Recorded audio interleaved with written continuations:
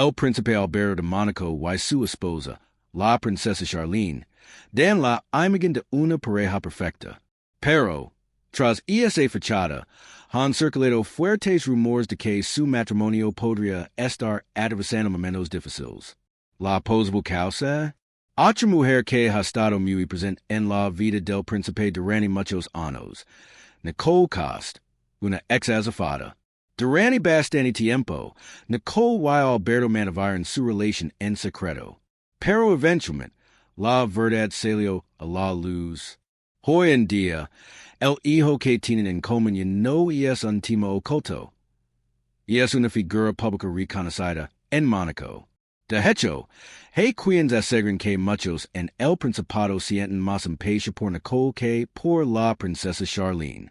Y con el hijo mayor Alberto teniendo ya 21 años, muchos se preguntan, ¿podría él aspirar algún día al trono?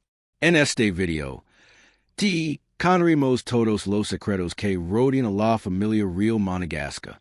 El 2 de julio de 2011, el príncipe Alberto de Mónaco contrajo matrimonio con Charlene Wittstock, una exatleta olímpica de origen sudafricano.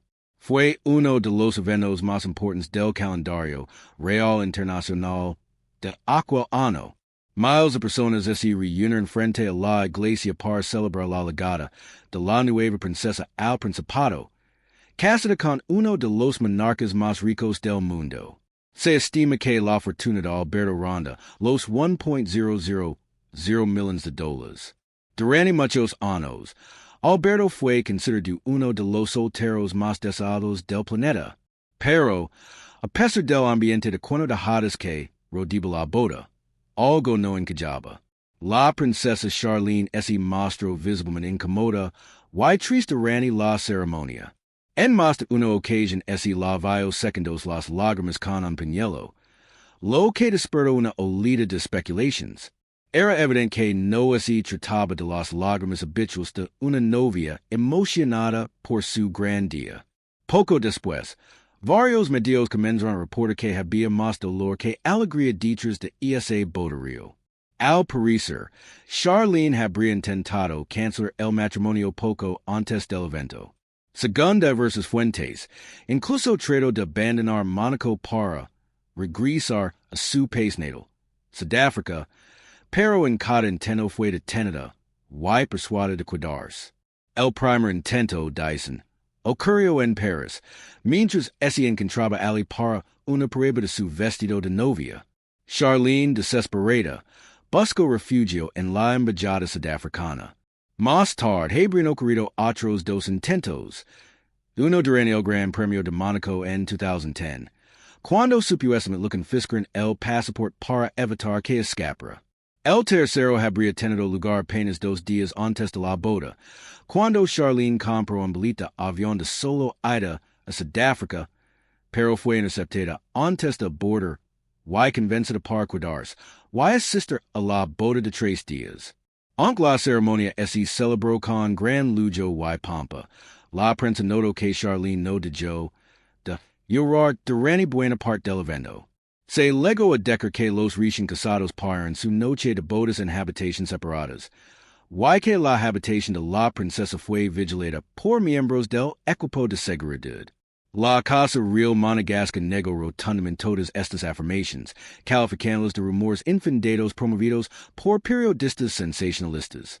El príncipe Alberto y Charlene levaron el asunto a los tribunales y lograron demostrar que el periódico Sunday Times, que fue uno de los principales en difundir la historia de la supuesta fuga, había publicado información falsa.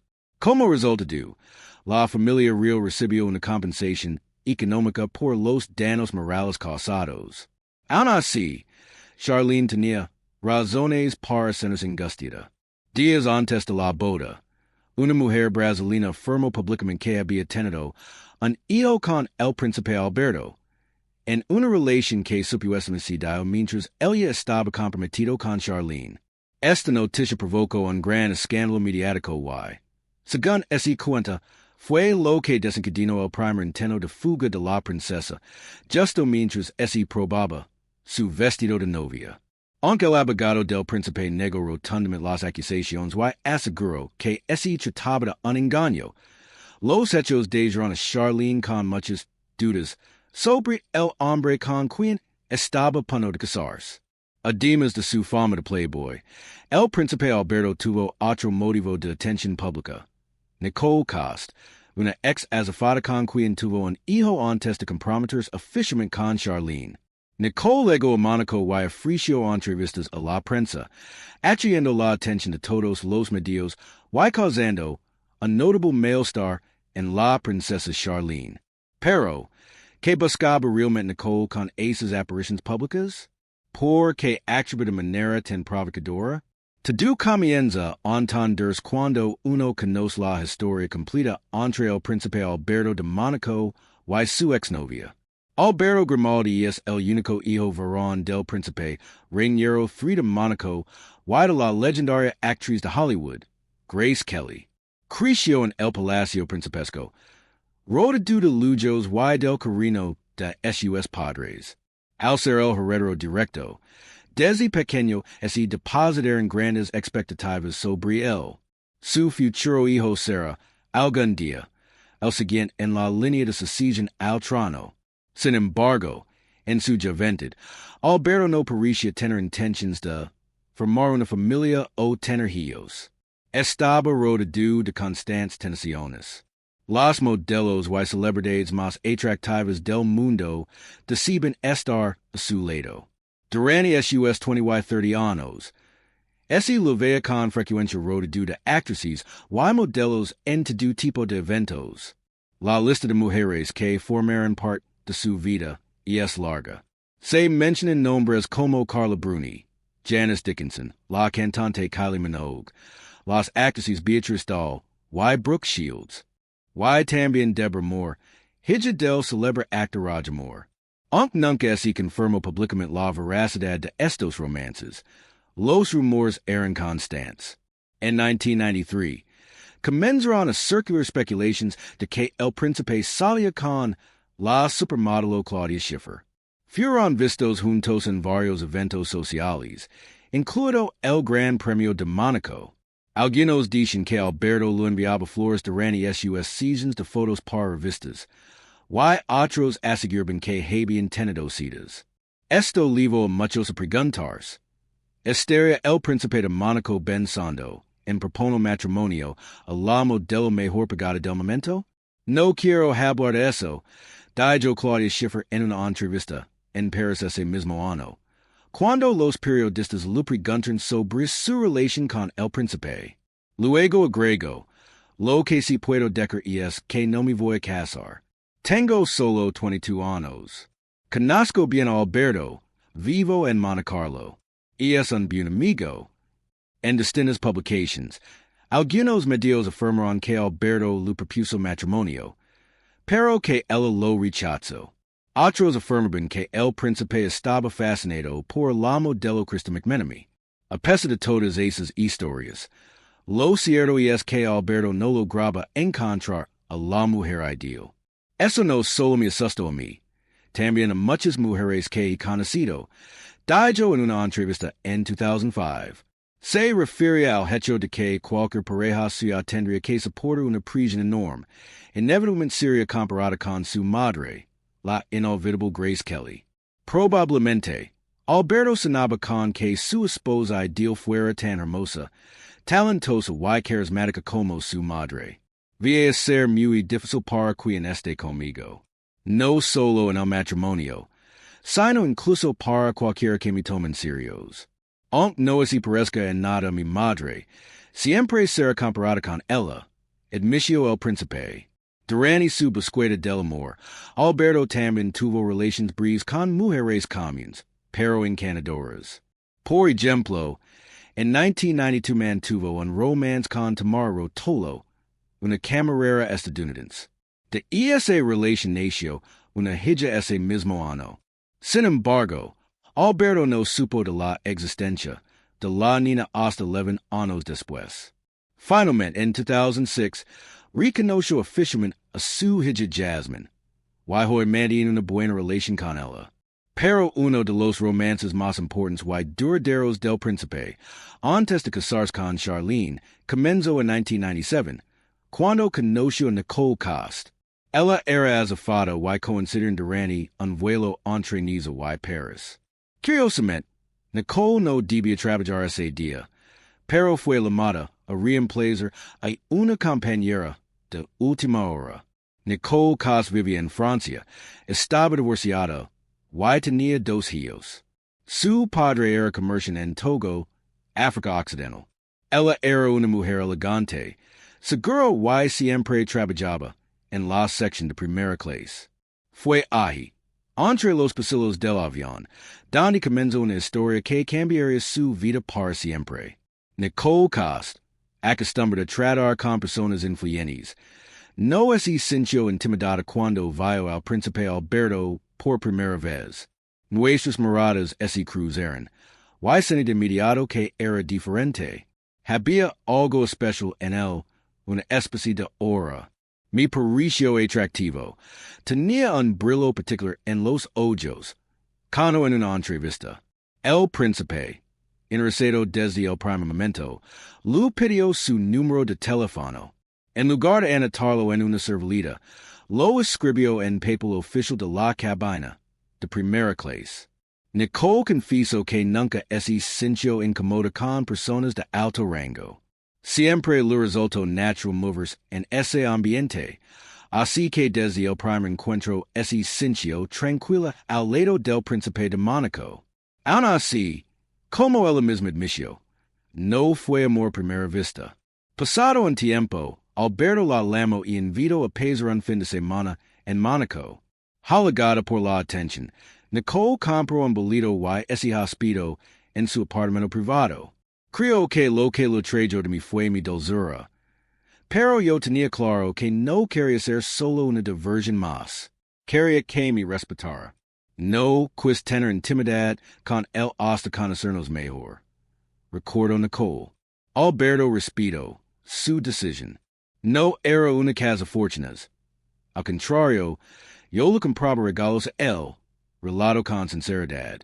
Aquel fue, según sus propias palabras, un tiempo maravilloso. No tenía planeado enamorarse del príncipe, pero un día ocurrió. Una noche me desperté y supe que lo amaba. No es mi culpa haberme enamorado de un príncipe, dijo Nicole. Como es todavía estuviera justificando algo que nunca busco. Su relación duró aproximadamente 6 años. Increíblemente, casi nadie en Mónaco sospechaba que el príncipe estaba involucrado con una azafata. Su romance se mantuvo completamente en secreto. Posiblemente fue el secreto mejor guardado del principado. A veces, Alberto y Nicole acudían a los mismos eventos sociales, pero acaban como si no se conocieran.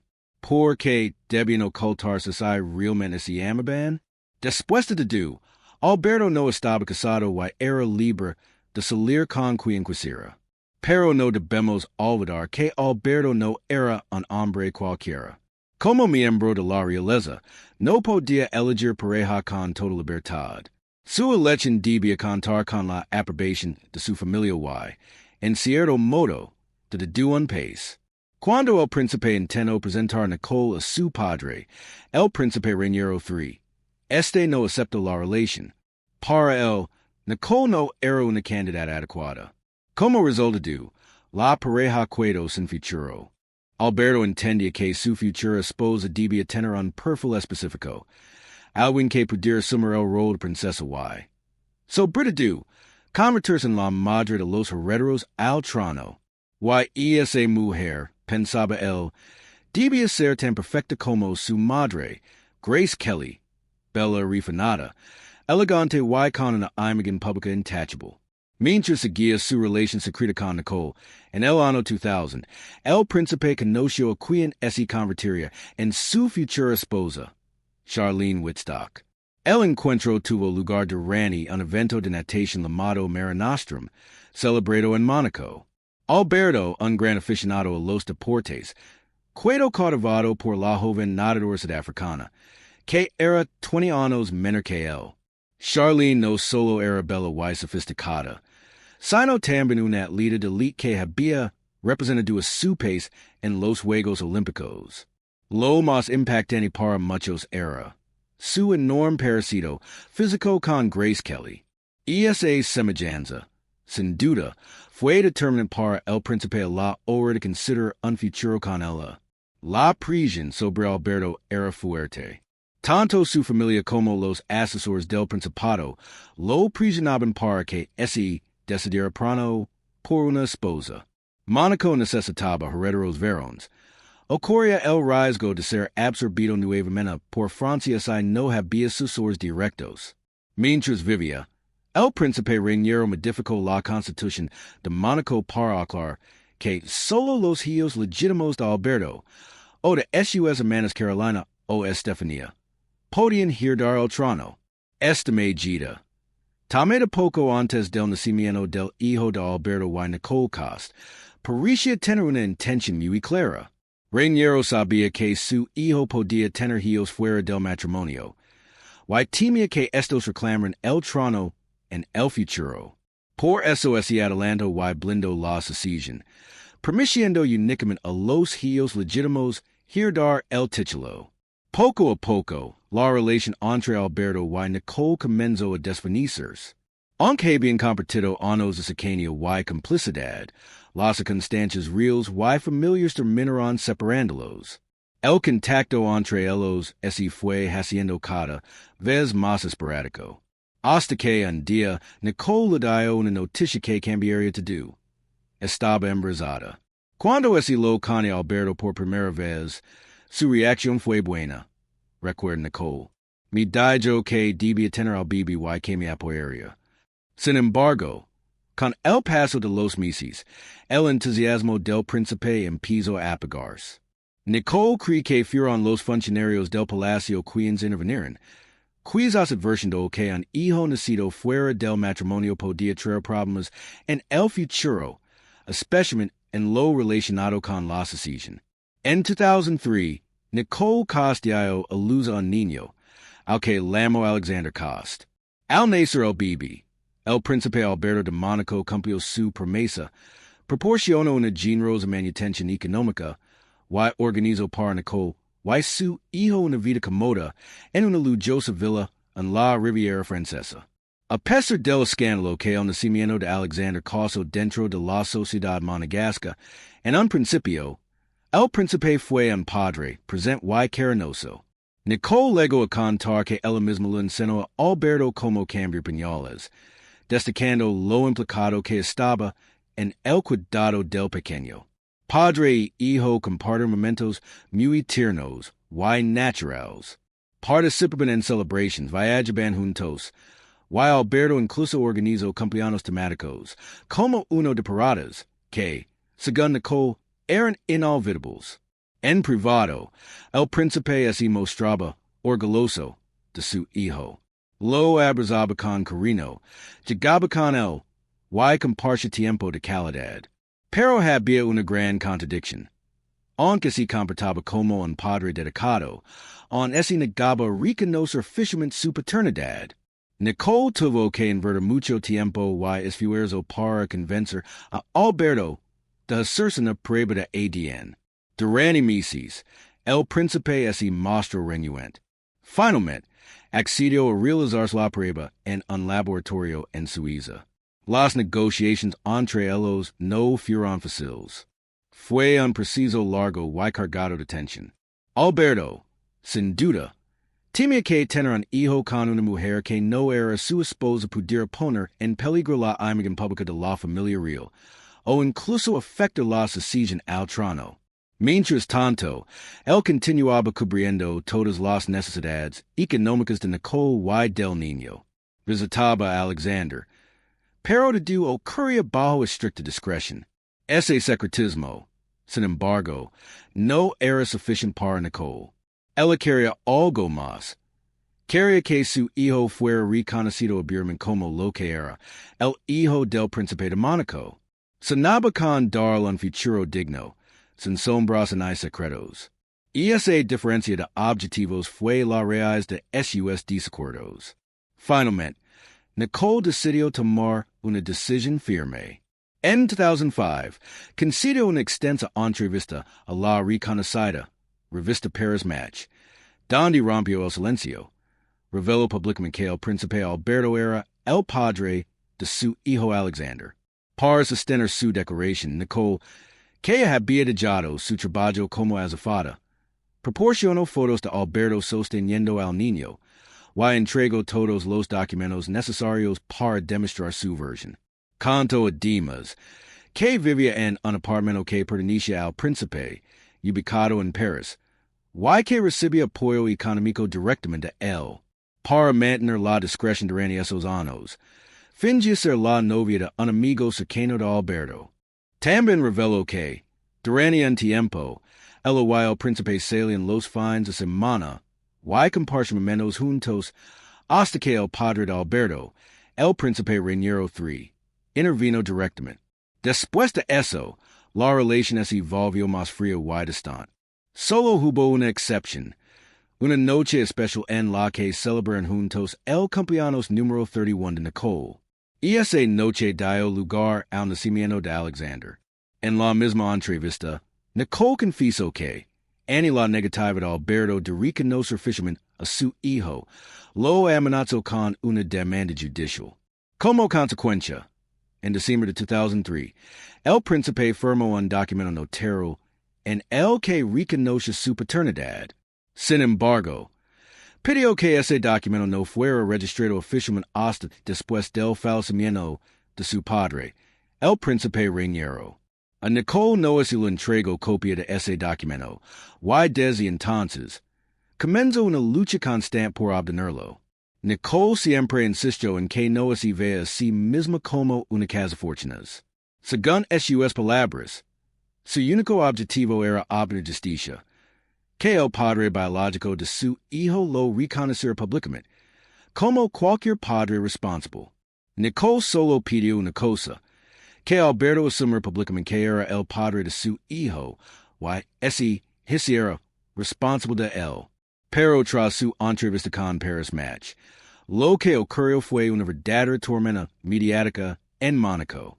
El escándalo estalló en el peor momento posible. Apenas unas semanas antes de la coronación oficial del príncipe Alberto en 2005, la noticia sacudió a la prensa y a la familia real.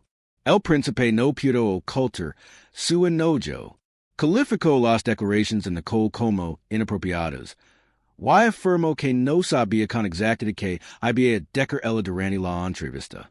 Sin embargo, y no tenía escapatoria. El mundo entero sabía la verdad. Después de ser coronado oficialmente como soberano de Mónaco, Alberto reconoció públicamente que tenía un hijo, pero fue claro en algo: aquel niño, Alexander, no heredaría el trono. Según las leyes del Principado, solo los hijos nacidos dentro de un matrimonio legítimo pueden ser incluidos en la línea de sucesión. Desde ese momento, el príncipe ha seguido brindando apoyo económico a Alexander y ha mantenido una relación cordial con él. En apariencia, parecía que Nicole lo había conseguido todo. Su hijo fue oficialmente reconocido por su padre, recibió el nombre de Alexandre Grimaldi, y él mismo pudo dejar tras su antiguo empleo como azafata para dedicarse al mundo de la moda. Además, comenzó a asistir a eventos de la alta sociedad con regularidad, pero algo no encajaba. ¿Por qué Nicole no podía simplemente pesar página? ¿Por qué comenzó a aparecer más seguido en los medios? ¿Y por qué parecía tan incómoda con Charlene Whitstock, la mujer que pronto se convertiría en Princesa de Mónaco?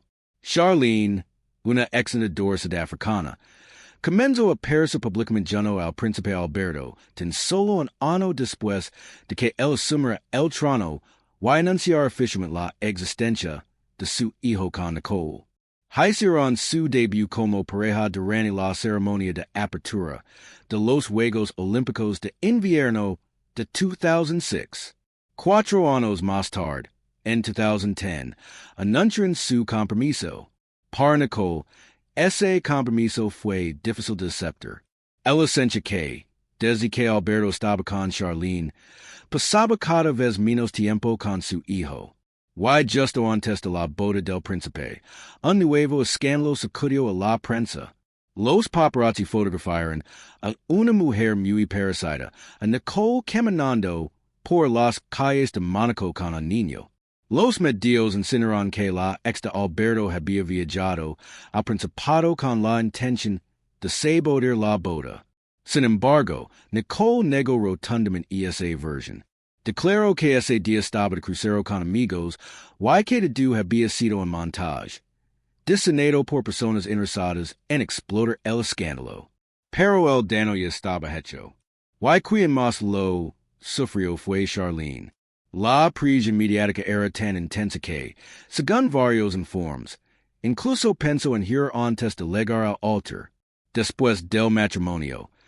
Nicole admitió abiertamente que la tensión entre ella y la nueva princesa fue creciendo.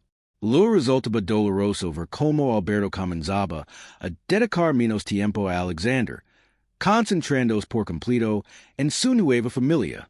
En 2014, Charlene dio a luz a gemelos, y uno de ellos, Jacques, fue designado heredero al trono.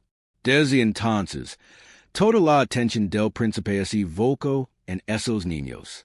Ese mismo año, el tabloide británico Daily Mail publicó un artículo incendiario en el que Nicole supo estimar misha contra Charlene, acusándola de aislar a Alexander de su padre por celos. Sin embargo, en una entrevista posterior con Paris Match, Nicole negó haber hecho jamás tales declaraciones. Dijo que nunca dio entrevistas al Daily Mail, y que jamás habló mal de Charlene en público. Aún así, se reconoció que hubo un incidente concreto que la marcó profundamente. Durante el compromiso entre Alberto y Charlene, Alexander fue invitado al Palacio de Mónaco. Según Nicole, durante una ausencia del príncipe, Charlene decidió cambiar al niño de habitación, y lo trasladó al área de los sirvientes. Aquella decisión la enfureció. Para Nicole, era inaceptable que el hijo oficialmente reconocido del príncipe de Mónaco fuera tratado de esa manera. A partir de ese momento, la relación entre ambas mujeres se volvió tensa y distante. No es de extrañar que Nicole estuviera molesta con la presencia de Charlene en su vida. Quizás por eso logró tanto durante la boda real. Aunque no lo demostraban abiertamente, era evidente que entre ellas no había simpatía. Charlene no se sentía cómoda con la constante presencia mediática de la ex de su esposo, y Nicole tampoco soportaba la idea de que ella y su hijo fueran poco a poco desplazados. El contacto entre ellos fue disminuyendo, hasta que un día, Nicole le dio una noticia que cambiaría sus vidas. Estaba embarazada. Cuando ese lo dijo a Alberto por primera vez, lo tomó bastante bien. Con Nicole, me dijo que debía tener al bebé y que me apoyaría. Sin embargo, con el paso de los meses, el entusiasmo del príncipe comenzó a desvanecerse. Nicole sospecha que personas dentro del palacio lo influencian, posiblemente advirtiendo sobre posibles problemas relacionados con la línea sucesoria. En el año 2003, Nicole Coste dio a luz a un niño a quien llamó Alexander Coste. Cuando nació, el príncipe Alberto de Mónaco ofreció un apoyo económico generoso. Lo organizó a Nicole y al niño una vida cómoda en una lujosa villa en la Riviera Francesa. A pesar del escándalo que causó el nacimiento de Alexander entre la alta sociedad de Mónaco, Alberto fue en un principio un padre muy presente y afectuoso. Nicole incluso relató que lo enseñó al príncipe cómo cambiar pañales, destacando lo involucrado que estaba en la crianza. Padre y hijo comparten una relación cercana y natural. Según Nicole, celebraban cumpleaños con temáticas como fiestas de paradas y realizaban viajes juntos. El príncipe se sentía orgulloso de su hijo y lo abrazaba con cariño en privado. Aunque Alberto participaba activamente en su crianza, en un principio se negó a reconocerlo legalmente como su hijo. Nicole tuvo que insistir durante meses para convencerlo de hacerse una prueba de paternidad, Alberto de Daba. Finalmente, aceptó sumterse una prueba de ADN en laboratorio en Suiza. Pero las negotiations entre él y Nicole no fueron fáciles. Eran largas, tensas y complejas. Probablemente, el príncipe temía que tener un hijo fuera del matrimonio oficial trajera complications políticas. A pesar de sus dudas, continuó brindando apoyo económico tanto a Nicole como al niño, y los visitaba. No obstante, parecía querer mantener todo en secreto. Esto no era suficiente para Nicole. Ella no quería que su hijo creciera en el anonimato. Su deseo era dar un futuro digno, donde todos supieran que era el hijo legítimo del príncipe de Mónaco. Esa fue una de las principales fuentes de conflicto entre ambos. Finalmente, Alberto accedió a hacer la prueba de ADN, que confirmó sin lugar dudas que era el padre del niño. Sin embargo, en ni siquiera después de tener la prueba en la mano quiso reconocer públicamente a su hijo. Eso llevó a Nicole a tomar una decisión drástica: contar la verdad al mundo. En el evento, Nicole Coste se mostró tranquila, elegante y segura de sí misma. Hoy en día tiene 53 años, y su hijo Alexandre cumplió 21. Antes de trabajar como azafata hace casi 2 décadas, muchos medios online identifican con esa profesión, algo que lo molesta profundamente.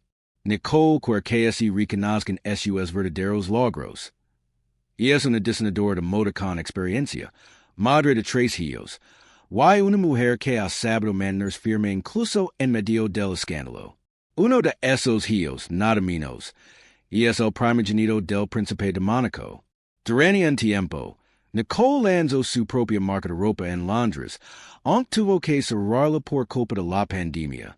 También tiene un gran interés por la arquitectura y la decoración de interiores, y sueña con desarrollar proyectos en esos campos, además de crear su propia línea de cosméticos en el futuro.